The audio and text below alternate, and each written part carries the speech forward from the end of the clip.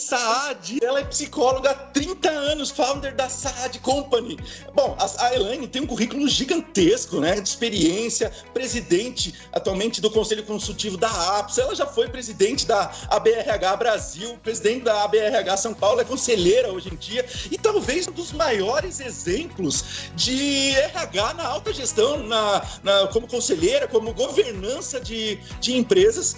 Então, o nosso objetivo aqui é pensar em como que o RH, que está aí assistindo a gente, pode estar se posicionando como prioritário nessas tomadas de decisões estratégicas, trazendo as grandes oportunidades. Seja muito bem-vinda, Elaine. A gente fica muito satisfeito com a tua presença aqui no nosso Congresso Talent Intelligence Brasil. Nosso tema de hoje, né, apesar de a gente pensar em diversas coisas, diversas experiências da Elaine, a gente vai abordar aí, falando sobre o RH, sobre essa sobrecarga que a gente percebe nos RHs e como trazer iniciativas prioritárias. Fala um pouquinho de você, Elaine. Claro, oi Ernesto, tudo bem? Muito obrigada pelo convite, um prazer estar aqui com você e com o pessoal do Congresso. Eu acho que falar de RH não é difícil para mim, porque é a minha vida, né? É a minha comunidade, é onde eu escolhi criar reputação, onde eu escolhi fazer minha carreira, e realmente já são muitos anos navegando aí por essa comunidade, né? Eu, como você falou, sou psicóloga, minha vida inteira eu fui consultora e tenho atuado junto a grandes empresas, principalmente no C-Level, com trabalhos de assessment, coaching, treinamento de líderes e desenvolvimento. Então, eu acho que para poder responder inicialmente a sua pergunta, eu acho que eu preciso contar um pouco para vocês a história do RH, brevemente, né? O RH, ele começa há muitos anos atrás como uma área de apoio, uma área basicamente operacional, quando se viu a necessidade da regulamentação do trabalho dos funcionários perante as empresas. E realmente ele levou muitos e muitos anos para evoluir, porque as pessoas que trabalham nessa área geralmente são pessoas que são mais ligadas às pessoas do que necessariamente ao negócio da companhia. Então, eu acho que foi uma luta de muitos anos, onde eu conheci muitos RHs de empresa que colaboraram para essa luta, e eu acho que nos últimos anos nós fizemos um movimento importante, porque a gente conquistou espaço junto ao CEO, junto aos presidentes, mas a gente tem demorado muito para ocupar esse espaço. Então, isso não quer dizer que algumas pessoas não tenham ocupado, mas quer dizer que nem todas ocuparam. E eu acho que hoje os presidentes e C-Level das organizações, eles estão super preparados para nos receber como presença estratégica dentro de fóruns da alta gestão.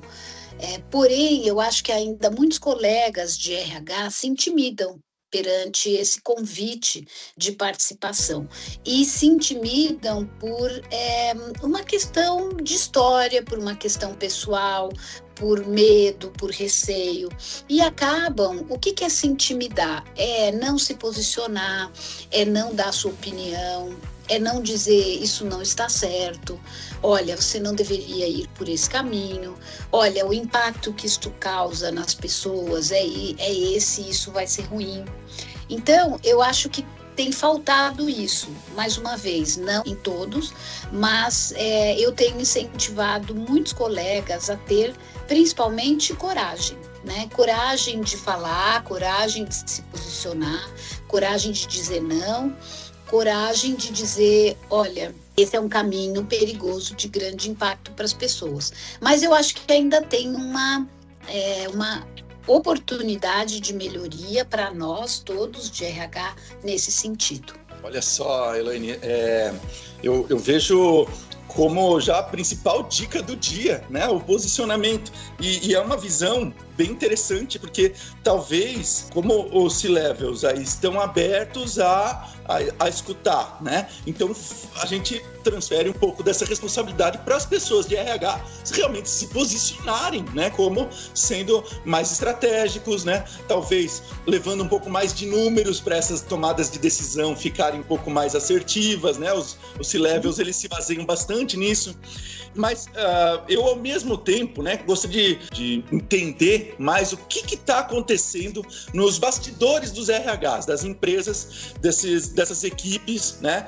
A gente tem percebido uma velocidade bastante grande, onde o RH era esse mecanismo de atender regulamentações, burocracias, né?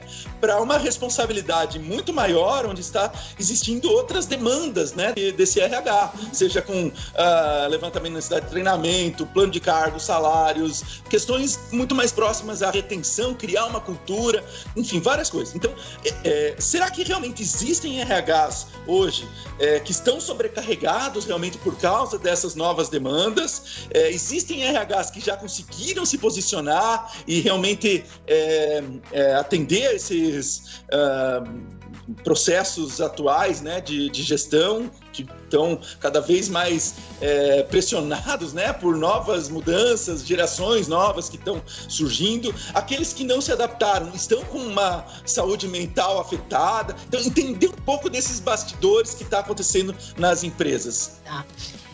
Eu tenho uma participação muito grande em diversos grupos de RH. E o que eu sinto, isso é uma opinião minha, né? Eu sinto, existe essa pressão que você falou, existe dúvidas e receios, né, quanto às questões estratégicas. Eu acho que as operacionais, Ernesto, elas são, dependendo do tamanho da equipe que o RH tem, elas são mais endereçáveis, vamos dizer assim.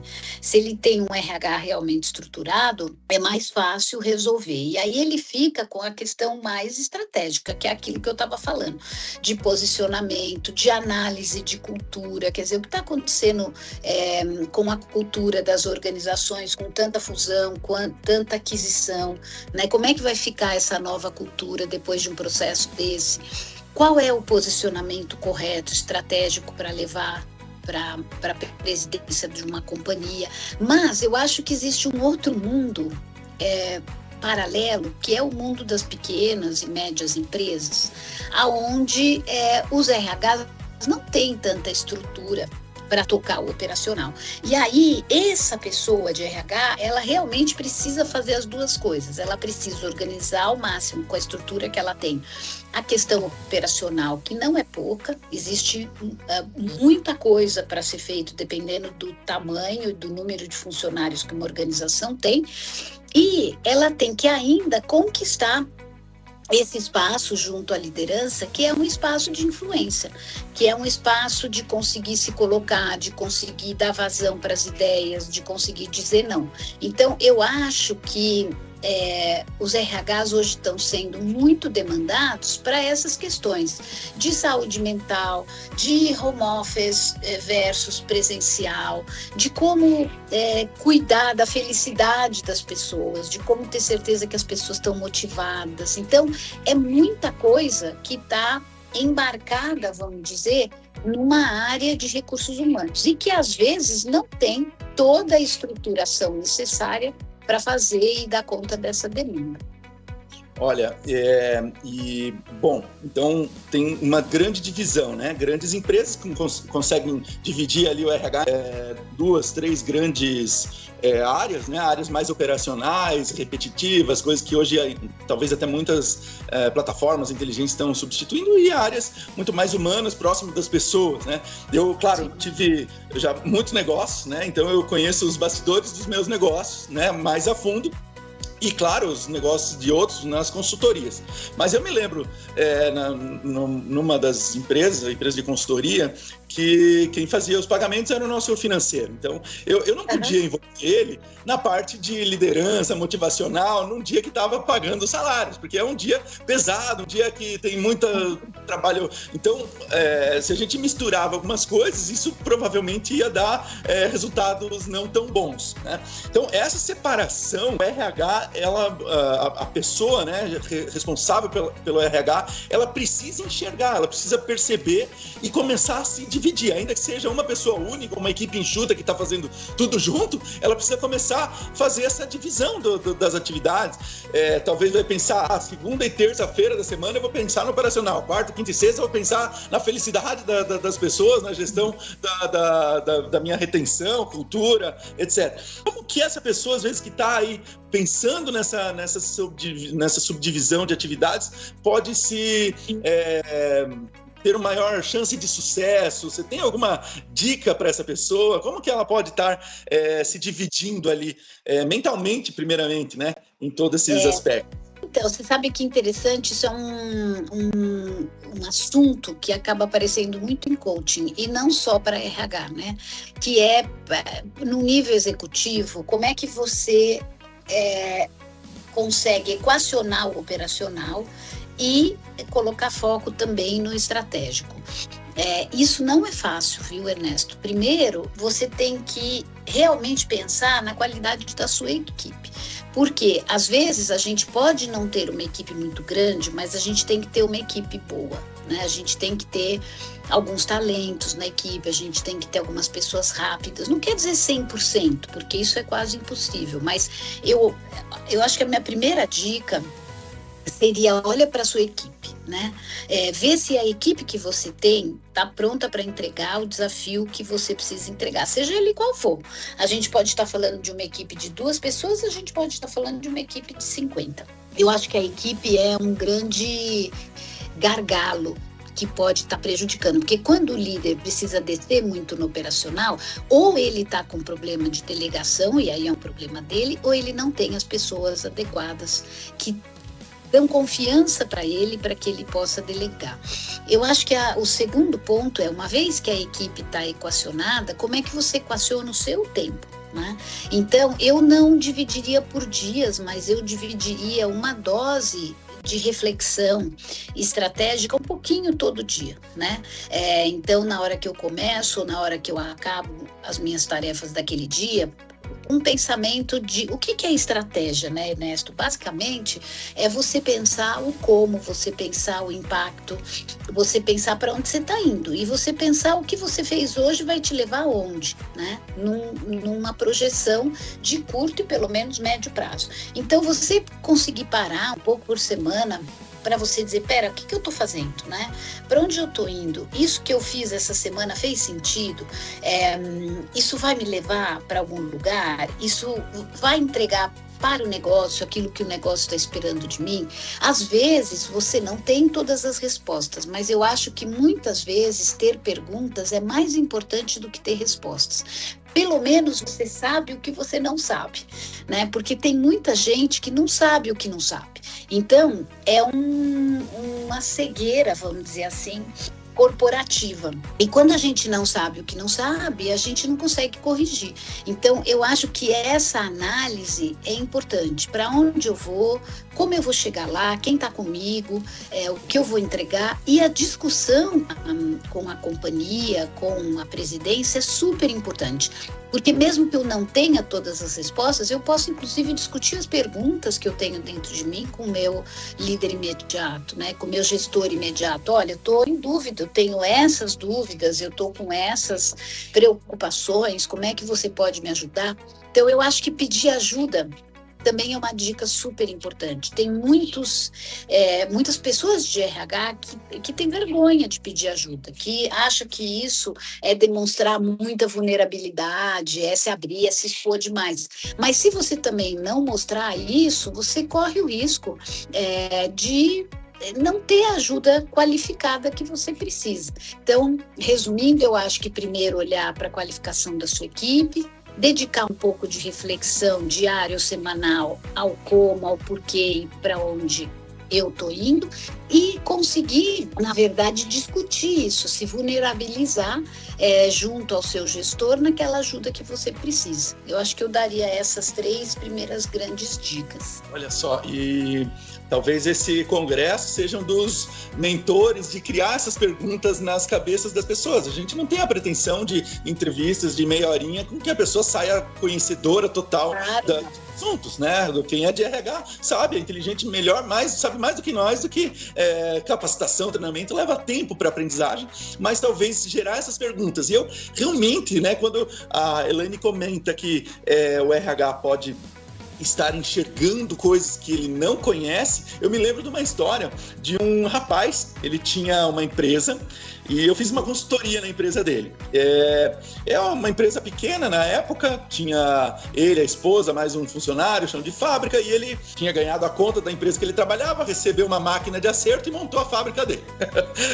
Então agora vou ser o senhor dono e vou ficar rico, milionário nos primeiros meses, né? Então aqueles objetivos que a gente sabe que às vezes não acontecem. E aí ele fazia, era sobre móveis sob medida, esses fazer cozinhas e aí ele produzia, ele mesmo, ele era muito bom no que ele fazia. Mas enquanto ele estava produzindo, ele deixava de vender. Ele ficava 2 semanas produzindo e a venda não acontecia. E aí, as 2 semanas seguintes, ele ficava vendendo para ver se chegava pedido e a equipe toda parada, né? Parada. Foi uma questão relativamente simples de organização, que eu falei para ele, olha, agora 4 da tarde você vai parar e vai responder os teus orçamentos, você vai fazer as entregas das tuas gestão de vendas para você organizar isso daí, né? Eu tive a satisfação de visitar ele 1 ano e meio depois, e ele já estava com uma equipe de 5 funcionários, já estava organizado. Enfim, foram questõezinhas simples, né? Que a reflexão, aquela inflexão, na realidade, né? De conseguir transformar aquele conhecimento que, por exemplo, adquiriu num congresso ou numa consultoria ou em algum mecanismo de insights, colocar de prática no seu dia a dia do RH, né? Por exemplo, a gente está dando dicas aqui para você transformar um pouquinho do seu tempo operacional em estratégico. E aí eu me questiono, né? Fico me perguntando, se eu tivesse na posição desse RH, quem eu iria envolver nesse processo estratégico? Eu iria envolver os líderes, né? Eu iria envolver a alta gestão da empresa, os C-levels, de repente até a governança, dependendo do tamanho da empresa que a gente está. Quem tudo envolver nesse processo e fazer as perguntas, né? De que forma, né? Que perguntas fazer para essas equipes, né? Que a gente está envolvendo para justamente facilitar a vida, né? De transformar um pouquinho do dia no estratégico desse RH. Você tem alguma dica nessa área? Olha, eu acho que não dá para dar dicas pontuais sem a gente entender o contexto. Cada RH está inserido num contexto. Então, eu acho que a grande dica é a leitura do contexto onde eu estou. Por quê? Porque se eu for um RH de empresa pequena ou se eu for um RH de empresa grande, o contexto muda totalmente. Então, numa empresa pequena, eu tenho que envolver o dono, eu tenho que envolver as pessoas que têm uma reputação junto ao dono, eu tenho que trazer, obviamente, alguns pares, talvez alguém forte da minha equipe. Se eu for numa empresa muito grande, eu tenho que começar devagar. Então, eu tenho que primeiro, talvez, conversar com alguns pares, entender qual é a visão sobre aquela estratégia que eu vou trazer, depois consultar meu gestor antes de apresentar de uma forma oficial. Então, eu acho que quando a pessoa entende que contextos diferentes exigem atitudes diferentes, ela é muito mais feliz. Porque, às vezes, Ernesto, ela sai de um tipo de empresa e vai para outro tipo de empresa e ela continua repetindo as mesmas atitudes e os mesmos hábitos. E mudando o contexto, muda tudo.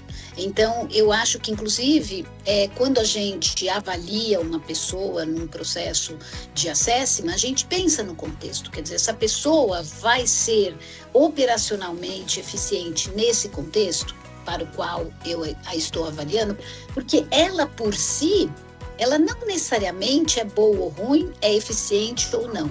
Depende de onde a gente colocá-la. Então, eu acho que a leitura da onde eu estou é super mais importante que qualquer dica de faça isso ou faça aquilo. Entenda onde você está, entenda como se dá a navegação política nesse lugar onde eu estou. Entenda quais são as forças que estão influenciando esse negócio. Entenda o momento do negócio. Eu tenho RHs que chegam para mim e falam assim, olha, eu fui lá no meu gestor, eu tentei vender treinamento, não deu nada certo. Tá, mas como é que está a empresa? Não, a empresa não está bem. Então, é óbvio que não vai se comprar treinamento quando a empresa não está saudável.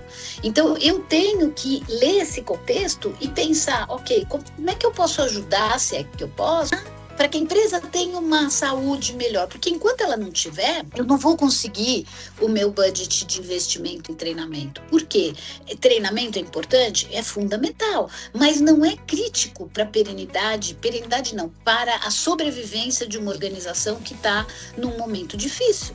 Então, é importante ler esse contexto e tentar entender o que é que eu estou levando de contribuição para o contexto onde eu estou. Eu vejo muito isso aí. Enquanto a empresa tem que decidir entre pagar salário e comprar matéria-prima, ela nunca vai contratar um serviço ou de consultoria ou de treinamento ou coisas que fogem daquele momento vivido, né?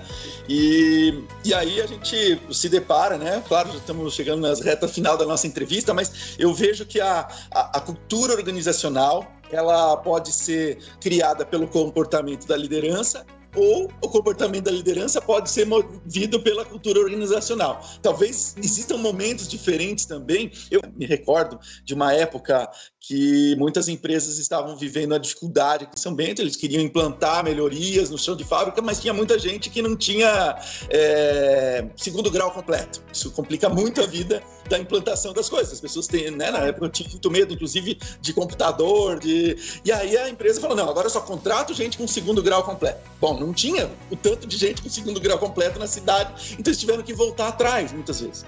Agora, isso é um passo de formiguinha, conseguir ir abraçando pessoas novas que tenham esse perfil de comportamento e de liderança mais alinhados com aquilo que se espera da empresa, e ao mesmo tempo uma cultura que você vai moldando de acordo com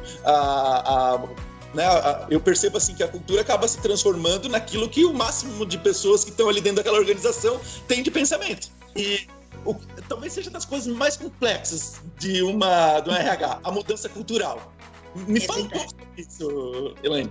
Olha, eu adotei há muitos anos atrás uma definição de cultura que eu gosto muito, que cultura é o jeito que a gente faz as coisas aqui. Para mim, cultura é isso. É o jeito daquela empresa operar. O que ela valoriza, o que ela prioriza, o que ela não permite que aconteça, o que ela não gosta que seja feito. E eu acho que mudança cultural é um negócio muito difícil, né? Tem aquela velha frase que diz que a cultura engole a estratégia no café da manhã, né? É mais ou menos isso, quer dizer, a cultura é algo muito forte, ela vai se repetindo conforme as pessoas vão entrando. Claro, ela vai se transformando também, mas ela acaba sendo instalada e aquilo vai continuando ao longo do tempo. Mudança cultural é um negócio muito complexo. É um negócio que tem que começar por identificação de comportamentos padrões, identificação do perfil das pessoas e depois decidir o que se vai mudar. E se mudar algumas coisas aos poucos. A gente não consegue mudar o jeito. Imagina a sua casa, né? Você tem um jeito de fazer as coisas na sua casa. Então você entra, você coloca a sua pasta no lugar, seu sapato no outro, você vai primeiro na cozinha beber água. Mudar isso, mudar hábito é um negócio muito difícil, né? Quando você muda de casa, às vezes você fica perdido um tempo até você refazer aquela sua rotina. Então, cultura empresarial é a mesma coisa. Então, para mudar, precisa ser aos poucos, precisa ser identificação de comportamentos padrões, tem que decidir que comportamento eu vou mudar por vez, e aquilo leva-se muito tempo para você, às vezes, conseguir mudar um tipo de comportamento. Então, onde as culturas mudam mais rápido? Quando há fusões, né? Ou aquisições. Por quê? Porque há uma miscelânea de pessoas com culturas diferentes e aquilo começa a mudar. Então imagina que agora na sua casa, aquela que você chegava, punha o sapato e ia beber água, moram mais 5 pessoas. Só que uma pôs a pasta no seu lugar, a outra tirou o copo do lugar. Então você começa a mudar por uma questão da presença de outras pessoas. Isso eu já vi acontecer muitas vezes e muda mesmo. Tanto que quando você tem fusão, aquisição, compra de empresas, a cultura que surge é uma nova cultura. Ela não é nem do comprador, nem da empresa comprada. Ela é uma nova, porque ela vai renascer da mistura daquelas duas culturas. Então, essa conversa de cultura, né, ela é muito complexa. Eu acho que é um tema, assim, apaixonante. Tem muita gente que lida com cultura como se fosse uma coisa simples. Não é. porque inclusive a psicologia estuda isso, né? Quer dizer, o quanto as coisas estão enraizadas na gente, no nosso jeito de ser, tem questões de crenças, valores, então é uma parte do RH que precisa tomar cuidado para colocar o dedo, porque uma vez que você colocou, você tem que ir até o final, né? Não dá para começar e não terminar. Eu agora me veio duas histórias, né? A cabeça, você falou da minha casa. Recentemente a gente adotou um cachorrinho novo, né? Ele estava atropelado aqui na frente de casa, não teve como a gente não adotar ele. E ele veio, ele mudou a nossa cultura. Primeiro porque ele queria marcar todo o território dele dentro de casa. A gente teve que prender ele fora, eu tive que mudar até o meu caminho de entrada dentro de casa por causa de um novo integrante na nossa equipe aqui, né? Me recordo também, no meu começo de carreira, eu tive a oportunidade, a sorte de ser um dos trainees de uma grande empresa que estava, naquele momento eu não percebi isso, mas hoje com a visão de mundo a gente consegue enxergar que ela estava numa fase de mudança cultural, e eu fazia parte daquele novo modelo de cultura, né? Então foi contratada uma grande equipe de trainees pensando em substituir as lideranças que já estavam, que tinham um perfil muito próximos dos donos, que era bastante incisivo, sabe, radical assim nos seus posicionamentos, então a chance de rotatividade era bastante grande e eles queriam criar uma nova cultura com um grau de escolaridade maior e uma mudança cultural realmente grande para aquela empresa. Lógico que funcionou, né? Já era, em menos de 10 anos era a empresa maior da América Latina na área que atuavam, mas hoje estão aí entre os maiores do mundo, né? Então são estratégias que funcionam, não é da noite para o dia, né? Mas eu queria algumas dicas também de como inserir na estratégia da empresa esse comportamento das pessoas. É no processo de seleção que vai se mudando, ou é na mudança com treinamentos, com capacitação da equipe interna, tudo junto? Se você pudesse dar algumas ideias aí. Eu já fiz alguns trabalhos de mudança cultural, como eu te falei, dá para escolher alguns comportamentos que você consegue mudar, e aí você tem, obviamente, uma fase de diagnóstico, que é como é que esses comportamentos acontecem no dia a dia e que tipo de atividades você precisaria fazer e com quem para que esse hábito e esse comportamento mudasse. E aí você vai trabalhando meses e meses, todos os dias um pouquinho, na forma que a pessoa lida com aquele comportamento. Exemplo, eu tenho uma fábrica onde as pessoas não... Esse foi um trabalho que eu fiz há muitos anos, onde as pessoas não ligam muito para a segurança. Então, eu tô com medo, eu tenho medo de acidentes, é uma coisa cultural, as pessoas falam... Aqui não acontece nada, pode fazer e tal. E aí a gente foi trazendo pílulas diárias sobre segurança, sobre a família da pessoa, o quanto era importante ela ficar bem para voltar bem para a família. Porque você tem que entender também, Ernesto, até como psicólogo eu te falo, como é que você sensibiliza cada ser humano. Os seres humanos são sensibilizados por coisas diferentes. Então, quando você lida com um público grande, você tem que achar diversas formas de sensibilização para aquilo fazer efeito para todo mundo. Tem um que vai se sensibilizar porque você vai falar de um perigo físico para ele ou para ela.